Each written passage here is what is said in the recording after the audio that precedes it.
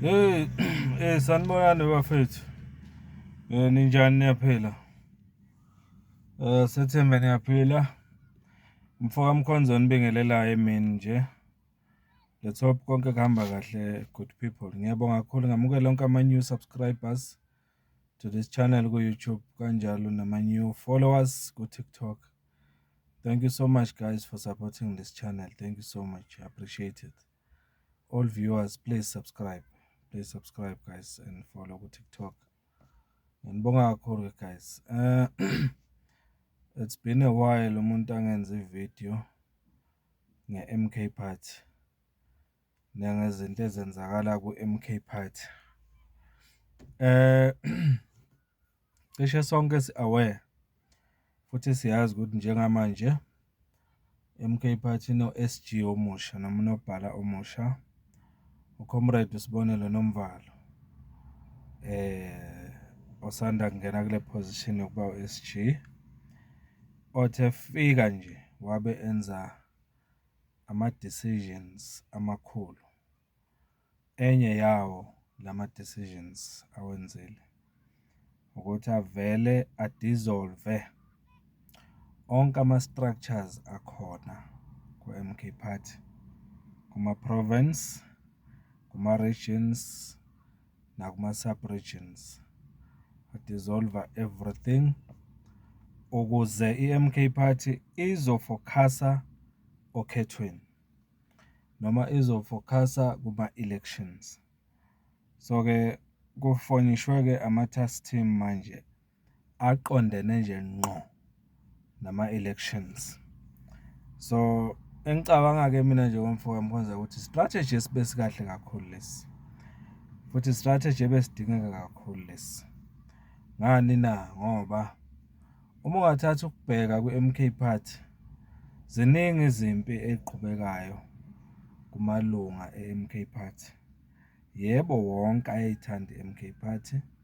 Yebo wonke ayayivotela i-MK Party futhi azoyivotela i-MK Party. But ukungqubuzana kwemibono kufika even epointini lokuthi ama-comrades azondane.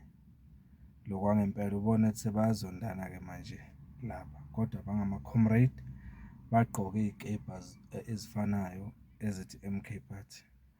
So-ke bekudingekile ngokwami mangibuka lesi simo ukuthi yenziwe le decision by u-SG ukuthi ku-dissolve lama-structures, kuqalwe phansi, kuhlelwe kabusha, kwakhiwe ama-team azofocus okhethweni ngoba ukube besizoya okhethweni siyinhlaka-nhlaka, siyilento besiyiyona, sihlukahlukene ngoba phela bekunabantu abebethi ubuholo obukhona kulama structures abekhona bayagxeka ngento ey'ningi noma ngey'ndlela ey'ningi ey'hlukahlukene, abakholelwa kuloko lobo buholo.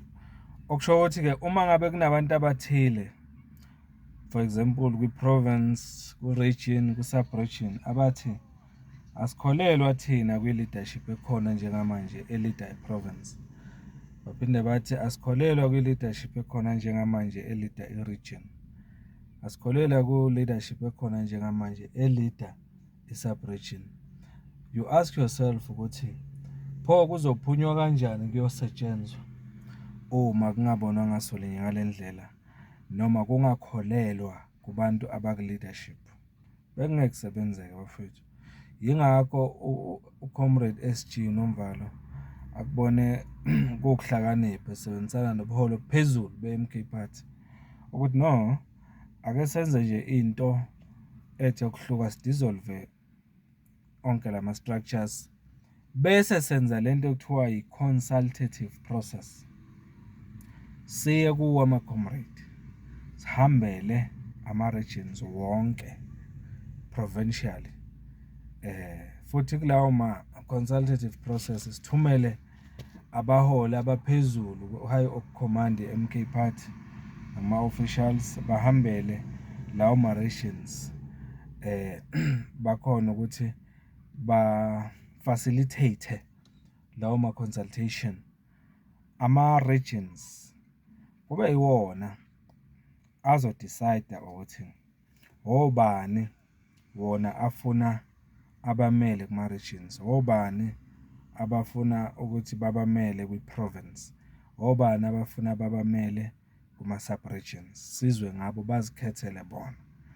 Uyayibona leyo nto, lokho uconsulta. In short, uma ungabheka u-SG ongenile uyakholelwa kakhulu kwi-consultation, uyakholelwa kakhulu ukuyozwa emasebeni, ukuyozwa kumaqabane ukuthi athini ngokuhola noma ngokukhetha ubuholi. Yilokho okwenzekile uComrade Nomvalo, u-SG we-MK Party omusha, uye wafika kuleyo decision yokuthi akukholapswe noma dissolve onke ama-structures akhona njengamanje. Sikubonile-ke kuhanjwa kuyokhethwa abaholi abazokhona ukumela i-MK Party kulama team lawa ama-elections. Nathi nje la Mkhondo sinabo abakhethiwe abafowethu la.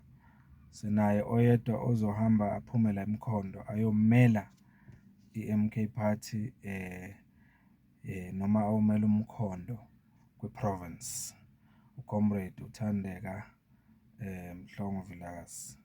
Siya-congratulate kakhulu Comrade Thandeka, sikubonile uthola ukukhethwa for leyo position yokuthi uyomelela umkhondo, ube part of i-team emele i-MK Party kwi-province njengoba kubhekwa kuma-elections. Siphinde sibe nabafowethu abakhethiwe ababili abaphuma la Mkhondo, uComrade uMhlaliseni Yende noComrade uNjabulo Mkhwanazi. Bona bayosimela lapha ku-region yala eMpumalanga. Njengoba sesishilo ukuthi uComrade Thandeka naye uyosimela khona la eMpumalanga ku-province. uComrade uMhlaliseni Yende noComrade uNjabulo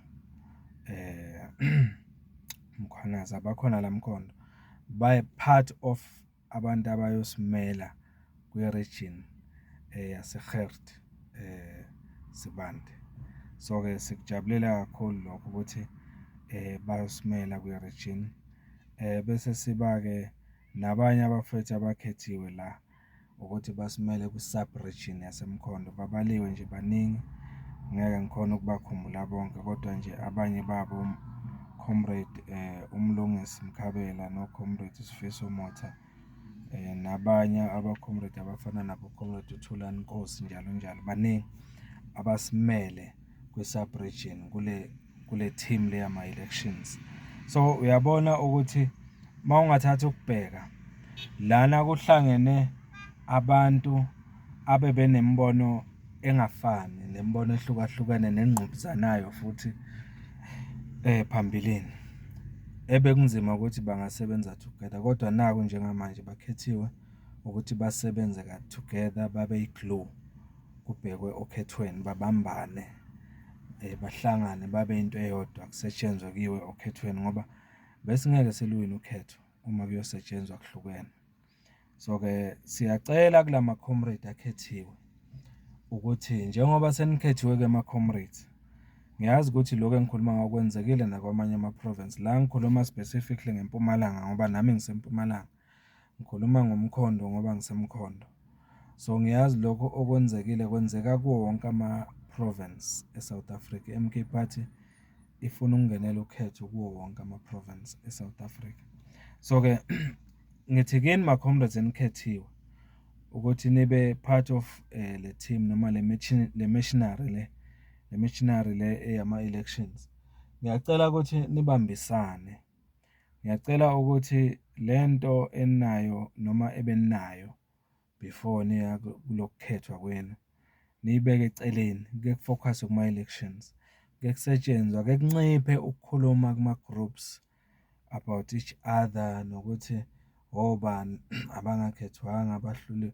Akusisizi ngalutho njengamanje, akuyisizi ngalutho futhi i-MK Party.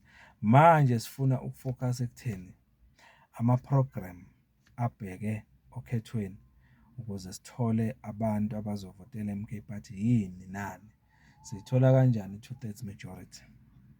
That's what matters njengamanje. Sifuna ukuwina omasipala, sifuna ukuwina amawadi njalo njalo.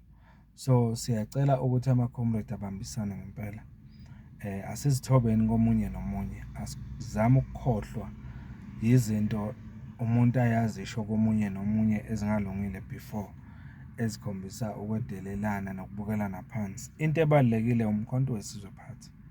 Asihambeni siyokhankasela i-MK Party siwine ukhetho oluzayo. So comrade Nomvalo, sithi big up kuleyo ndawo, siyakubonga kakhulu ngedecision oyithathile ukuthi udissolve wonke ama-structures, kuqalwe phansi kukhethwe kabusha ngenjongo yokuthi kube ne-unity sibheke okhethweni. Strategy esihle kakhulu lesi, engicabanga ukuthi simnika ama-points amahle kakhulu u-SG omusha ofikayo ukuthi afike enze le decision ebaluleke kangaka. Ngikholelwa kakhulu soluwina ukhetho oluzayo, sowina amawadi amaningi kabi futhi, ikakhulukazi la eMpumalanga. Ngiyakholelwa kakhulu sowina amawadi. MK Party izowina kakhulu ngoba siya okhethweni sikhethene thina, kuconsultwe thina, sayikhethela thina abantu esizosebenza nabo njengoba kubhekwa okhethweni.